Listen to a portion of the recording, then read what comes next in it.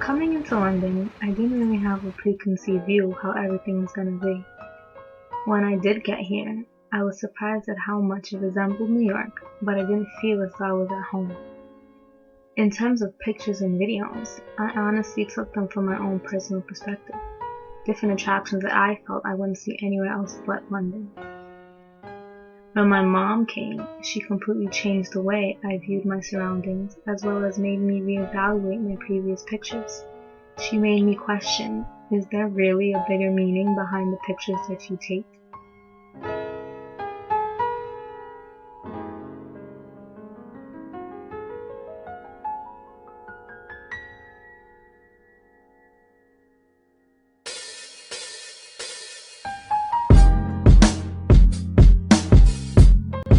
Before coming to London, she constantly reminded me that I am from the Caribbean and that the culture is very similar, such as the school system, their government, and other small details.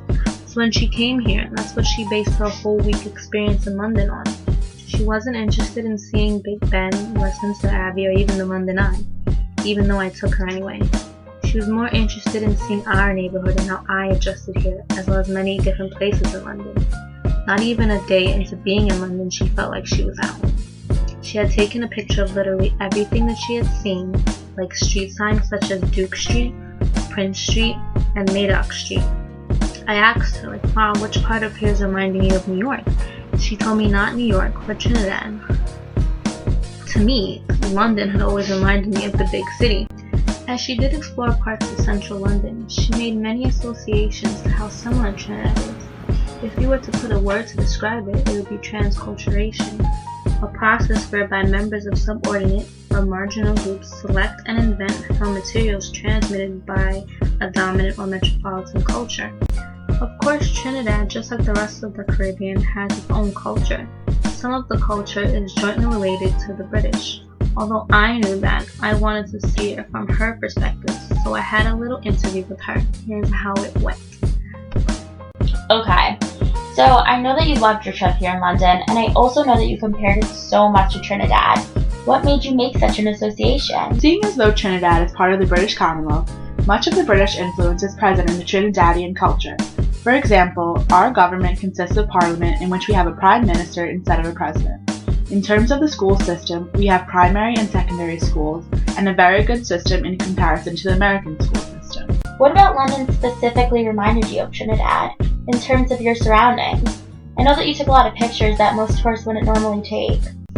Well, when I first got there, I saw that they drove on the left-hand side of the road, and the license plates were similar to the ones in the Caribbean. It brought me back completely. In terms of traveling through central London, I noticed that there were many open areas of grass that people can just casually relax in, similar to Queen's Park Savannah in Trinidad. Many street names were influenced by the British, as well as areas such as Piccadilly, Waterloo, and like you mentioned, Brighton. After having my mom here, it really changed how I looked at different sites and previous places that I visited. I can now see that the photography that I documented has some relation to Trinidad. This can be seen through different markets like Borough Market and Brixton Market, different areas hidden in London like Covent Garden and Carnaby Street. Also, the streets of Barcelona, Stratford-upon-Avon, and the Lake District greatly reminded me of the area that I lived in Trinidad, mainly because of how quiet and peaceful these places are. It goes to show that some of the photography that you take actually means more than it seems to be. Based on what Hamilton said, photography is an inherently objective medium of representation, and that representation has its own personal interpretation based on what is in front of the camera.